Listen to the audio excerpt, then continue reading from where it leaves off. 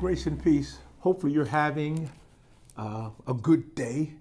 I almost said a good week, but today's the day. Today is God's gift to you. And so often when we look at the week, we look at all that we haven't done. We look at all that needs to be done. We look at all that we want to be done. Then we look at all that should have been done, and it can wreck our day. So I just want to encourage you. Remember what the Lord Jesus Christ, he said, when you pray, give us this day. So each day is God's gift. We pick up in Jeremiah chapter 40, and be several references and some referencing in this Bible study, a little bit more than last week, and be referencing some things from Joshua, Samuel, Genesis, Chronicles, and Matthew, and I'll give you those, and we'll make sure that we post those as we talk in terms of what's going on in Jeremiah chapter 40. Now, this is really part 2 or part 3 of chapter 39. The siege of Jerusalem has taken place. Remember that from last week? And if you did not remember, let's go back and just review Bible study of last week if you didn't look at that already. And I think it will give a lot of reference for what we're doing today. The city has been taken and desecrated by the Babylonian Empire. The walls are down, the houses are burned, all of the precious things are taken out of the sanctuary, temples, and Zedekiah has been deported, and all of the nobles are in Babylon. Jeremiah is with the people who are poor and in the city taking care of the land.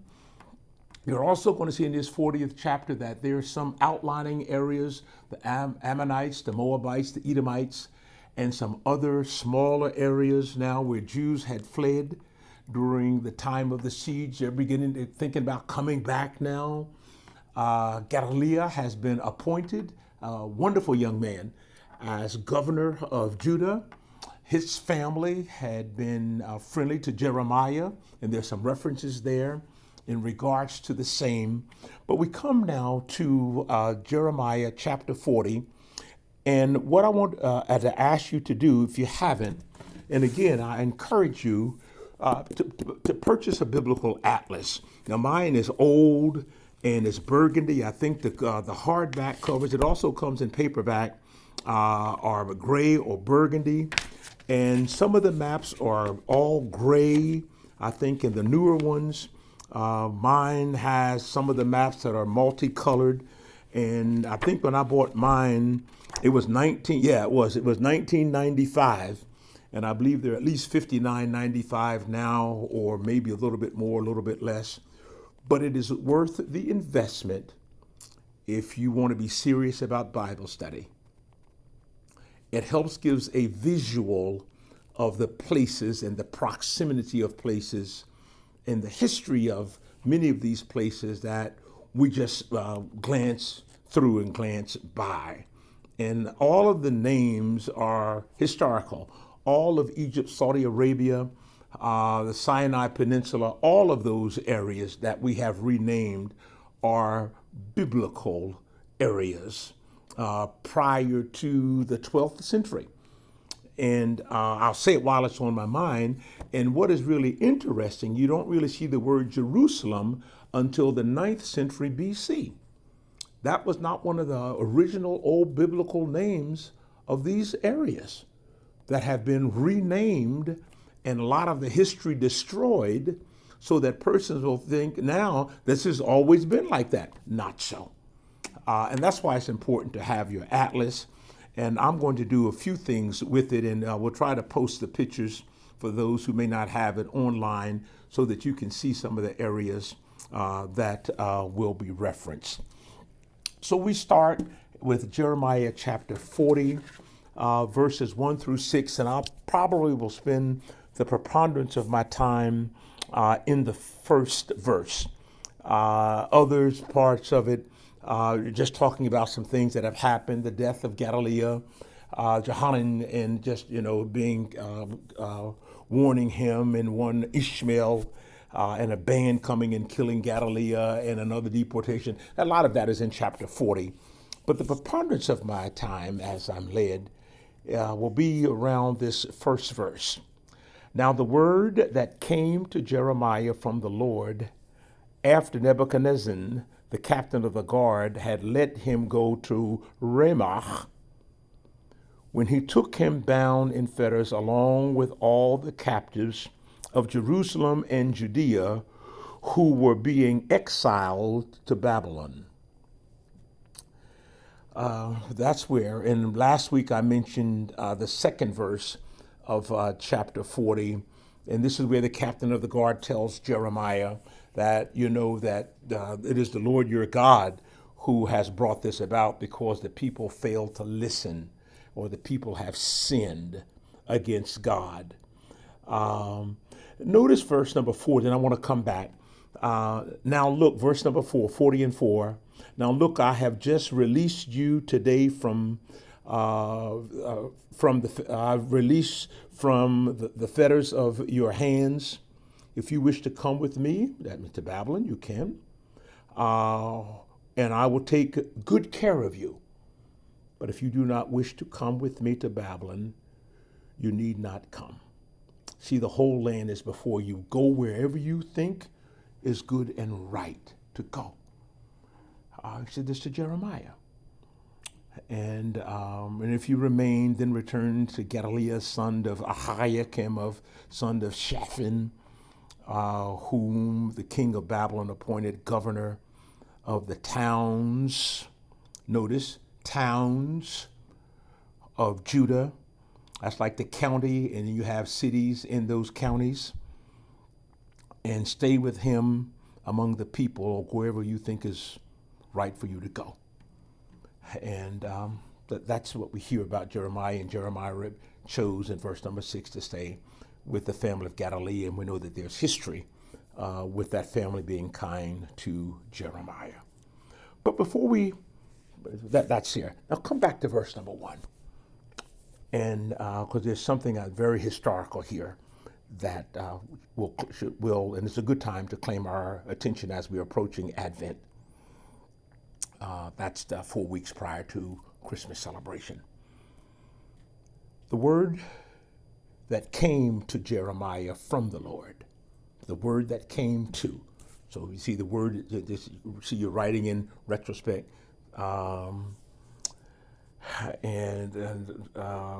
Nebuchadnezzar, the king of the guard, had let him go from Ramah. Ramah. That's like a holding place. That's like Cape Coast, where the slaves were taken and held in the caves until they were loaded on the ships and brought over here as chattel.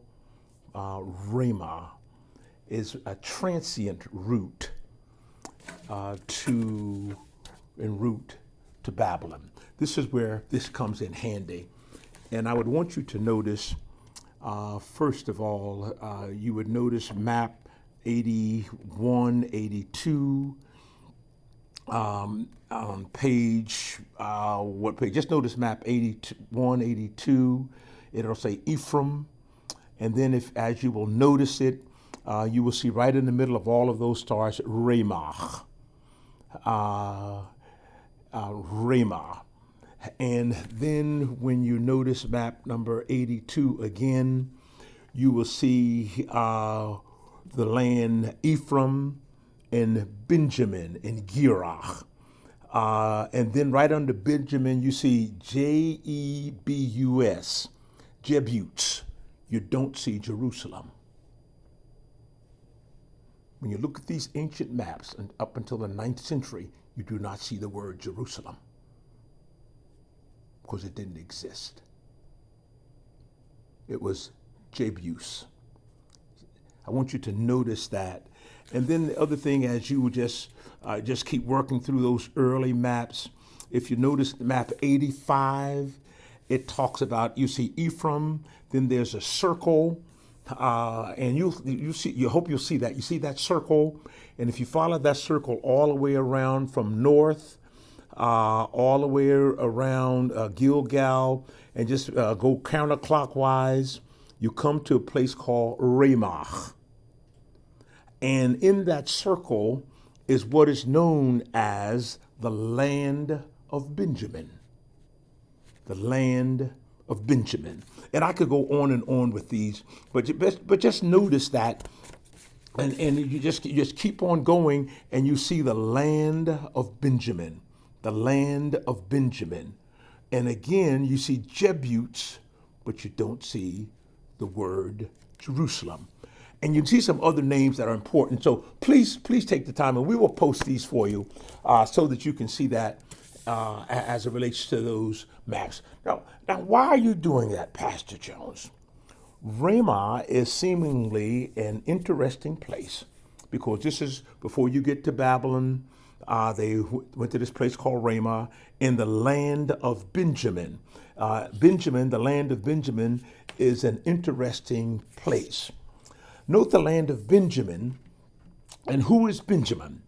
Well, let's do a little Bible study. Let's go back to Genesis chapter 35. Let's do a little biblical referencing. And I hope you find this as interesting as I do and did. If not, I'm going to be devastated. But I hope you're getting excited and flipping these pages like I am. Genesis chapter 35, verse 16. And notice now, then they journeyed from Bethel. Then they, this is Jacob and Rachel and Leah and their children leaving their uncle, his uncle, father-in-law, Laban, and going back home. And so here we are at Bethel. And again, when you look at the old map, you'll see a place, Bethel. Then they journeyed from Bethel, and when they were still in the some distance from Ephrath, you'll see that on a map, Rachel was in childbirth and had hard labor. Now remember Rachel? Rachel was the second wife of Jacob. Remember Jacob? Esau and Jacob, remember those two? They were the grandsons of Abraham, the sons of Isaac and Rebekah. Okay? Jacob had married. Now he's coming back, and he has these wives and then children. Now Rachel was the one that he loved. Leah, they were all right, but he loved Rachel. Now Rachel is having a child. When she was in hard labor, here's what happened. Do not be afraid, for now you will have another son. The journey back to Bethel, they were so far distant. Rachel was in childbirth, and she was in hard labor when she was in hard labor. Oh, the midwife. Oh, midwife says to Rachel, listen, I know you're in hard labor, but you're going to have a son. It's interesting. I find that when we were living in Clinton before Anthony was born, Brenda was carrying Anthony, and an old lady came up and told Brenda, said, the way you're carrying, you're going to have a son, and walked away. That was before they did this sauna stuff. And I never will forget it. I loved her to death. And she just walked away. And guess what? Sure enough, here comes Anthony. I don't know how that old woman, I love you. Her name was Miss Beulah Royal. And she used to be a midwife. Didn't say much, didn't wear glasses, but that old lady could see. We take some things that we say, oh, I don't believe in that old stuff. You may not believe it if you want, but some of this was true, and it's historical and biblical. As her soul was departing, she died in child labor. She was dying. She named him Benaniah, which means son of my sorrow. She was dying. But his father called him Benjamin. Oh, so here we have Benjamin. Rachel died and was buried in Ephraim. That is where? Bethlehem. Don't we have a song about Bethlehem that we sing for Christmas? It goes all the way back. That's prior to Christian faith. That's prior to the birth of Jesus.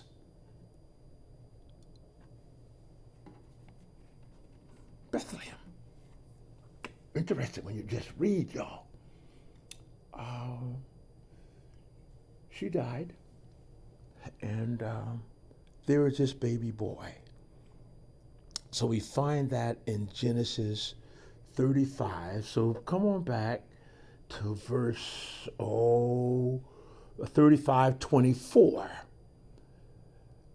Now the sons of Jacob were 12.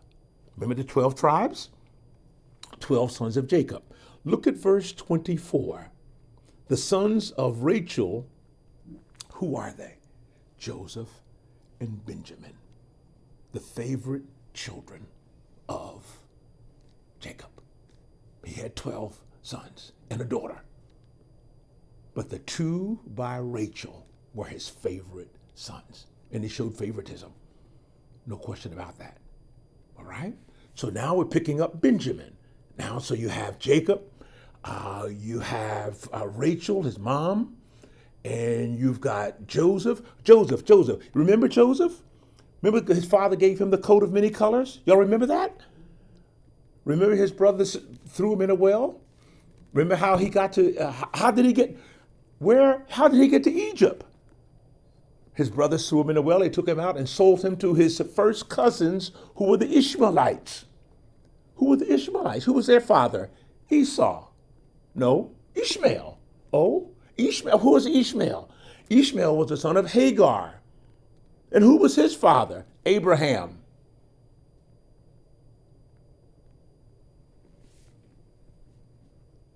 You're all cousins, y'all.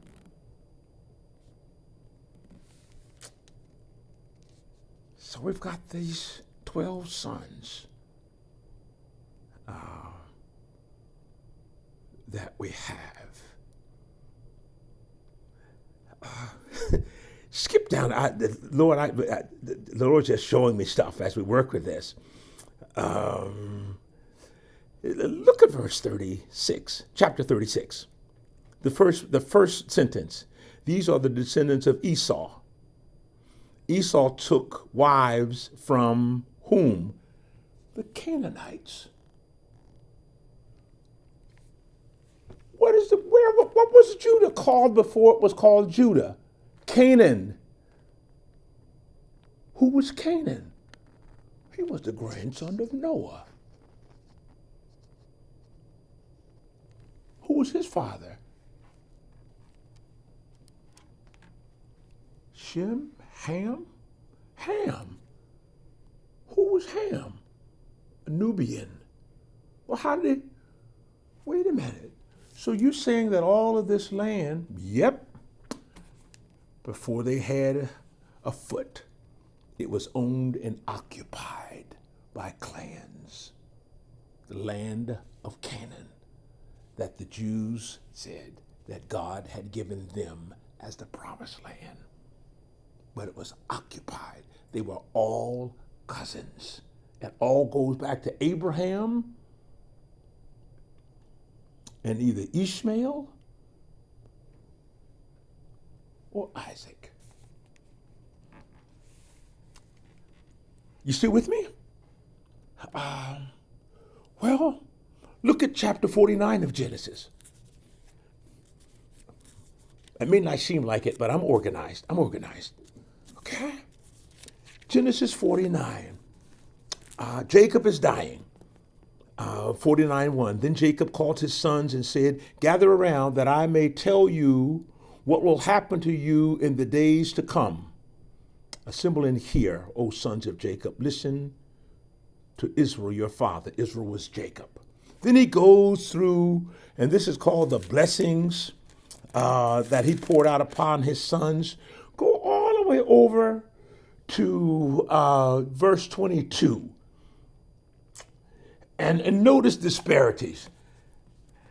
Verse 22 through 26 talks about the blessing of Joseph. That's why you hear so much about Joseph in the Old Testament, the blessing of Joseph. Remember the one who dreamed dreams and he was the first in command in Egypt? You know, remember that's the one.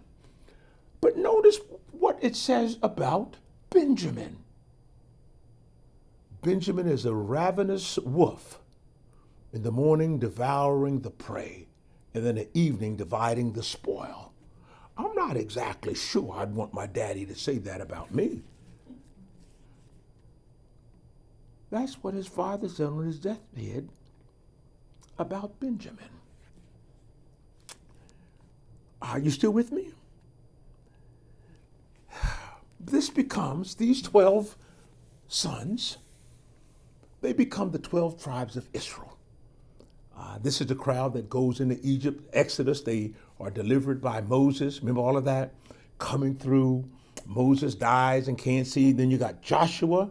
Turn to Joshua 13. I'm still dealing with Ramah. Joshua 13. And when you begin to look at Joshua 13, it talks about, I hadn't seen all of it, but I don't want to go back too far.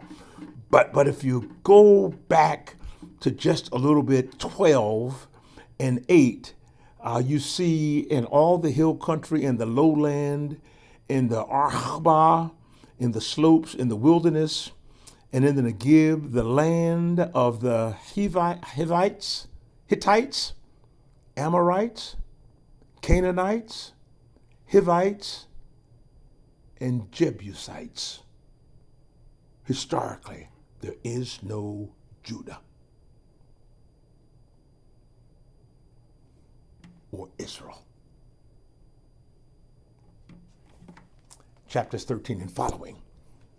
Now Joshua was old and advanced in years, and the Lord said to him, "You are old and advanced in years, and very much of the land still remains to be possessed." This is the land that still remains, and it talks about those areas. I say that to show that the land was already occupied. People lived there. Civilizations, cultures, religions, ethics, morals. Each of these communities had them before it was occupied by the Jews. I'm teaching from the Hebrew Bible. And it's of interest to note. And again, look at your maps. Come back to those maps that I mentioned earlier. And notice you do not see on the ancient maps Judah nor Jerusalem. You see Bethlehem.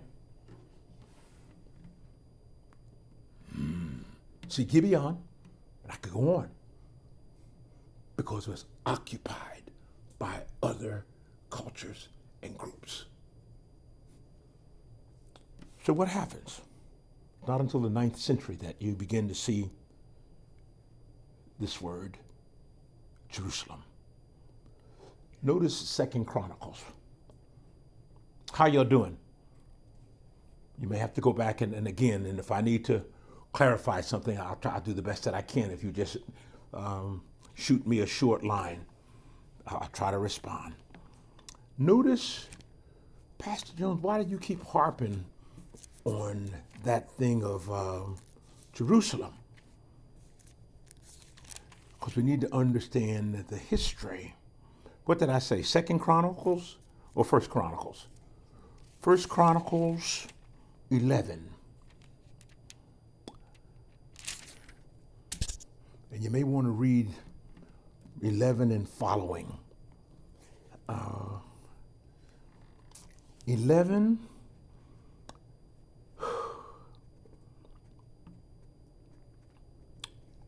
You see the coronation of David as king in verse 11 and 1 and following. It talks about him being the shepherd of this people, Israel. Israel would have been all of the tribes, the 12 tribes. And they made him king at Hebron. And David made a covenant with Hebron before the Lord, and the Lord anointed David king over Israel, according to the word of the Lord by Samuel. Spend some time here. Verse 4.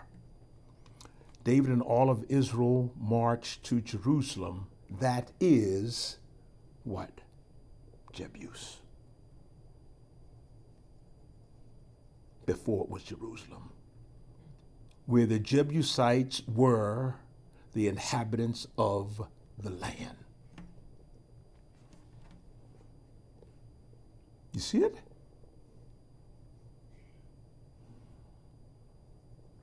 The stronghold. You will not come in here. This is what the Jebusites are saying. The inhabitants said, the inhabitants of Jebus, because Saul couldn't conquer this because it was a stronghold. Nevertheless, David took the stronghold of Zion, now the city of David, renamed it. And David said, whosoever attacks the Jebusites first shall be chief in command.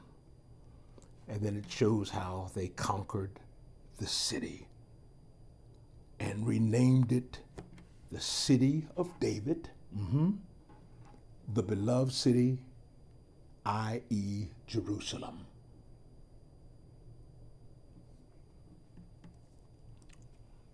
Bethlehem. This is Ramah. I've got just one verse, maybe just a little bit longer. Notice, come down to Jeremiah. This is the place. Ramah, when you look at your geography, is right in this same area as Jerusalem and the old and Bethlehem and the old city Jebu. Ramah is all in that same area. When you notice in Jeremiah 31:15, Jeremiah 31:15. Let's come back to that for just a moment. Then I just have one more reference, and I know this has been a lot, and thank you for staying with it.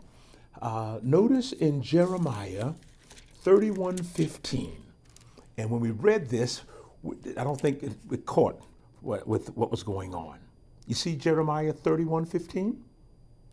Look what it says. Thus saith the Lord, a voice is heard in Ramah, lamenting, lamentation, and bitter weeping.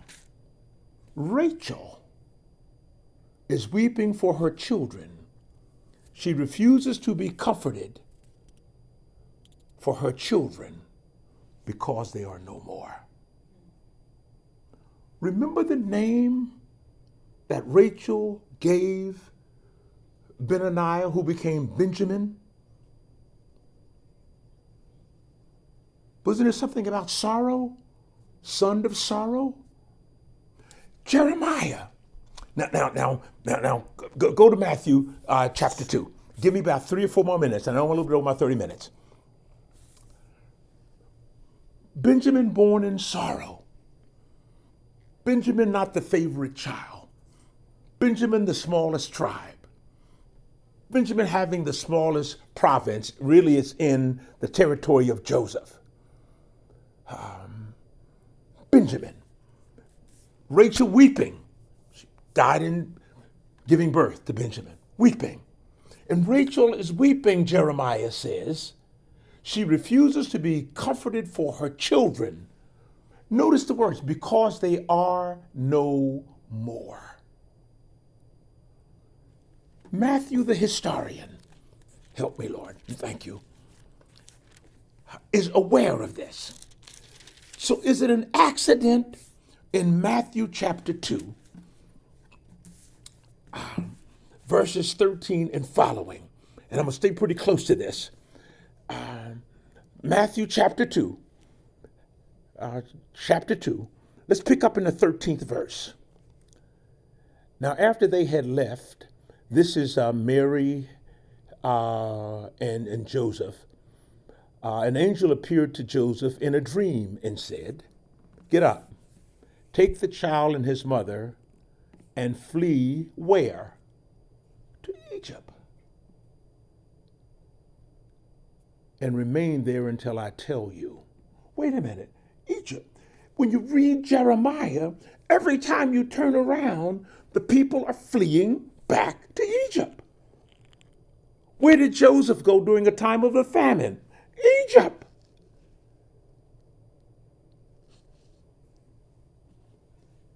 Now, the spirit or the angel is telling Joseph to go to Egypt. Why? For Herod is about to search for the child to destroy him. Who's the child? Jesus. Why? Then Joseph got up and took the child and his mother by night and went to Egypt and remained there until the death of Herod. This was to fulfill what had been spoken by the Lord through the prophet. Out of Egypt I have called my son. Oh, stay with it. Out of Egypt I've called my son. We don't hear much about that. Notice when Herod, who was king, this is Roman period now, when Herod saw that he had been tricked by the wise men. Remember, the wise men came to Herod and asked him about the child that was born, and he wanted to worship the child and all of that stuff, okay? Listen, look at this, it's amazing. When Herod saw that he had been tricked by the wise men, he was infuriated and sent and killed all the children in and around Bethlehem who were 2 years old or under, according to the time that he had learned from the wise men. Bethlehem. Where was Rachel buried? Bethlehem. Why is Rachel weeping? This was fulfilled what had been spoken through the prophet Jeremiah. Lord have mercy.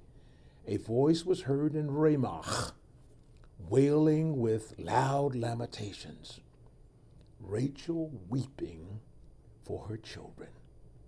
She refused to be consoled because they are no more.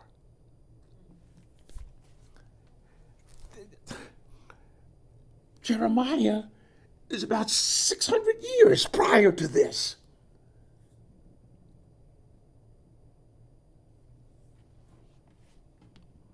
Rachel was weeping, not because of the sorrow of Benjamin and that too, but because of the slaughter of the children by Herod. I think I preached some years ago a sermon. How did the other mothers feel about Mary and Jesus when they saw him? They had to remember that, my son would have been his age. You see the resentment? Only way he got away, she went down in the hood and stayed in Egypt. She went down in the hood, and they didn't go down in the hood. I'm improvising.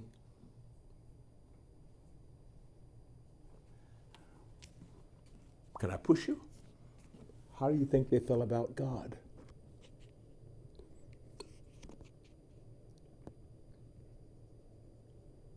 Why didn't the angel tell all of the fathers who had children Jesus' age, take them to Egypt for a while? See the resentment? So when they say, don't we know him? Isn't that Joseph's son? They knew this.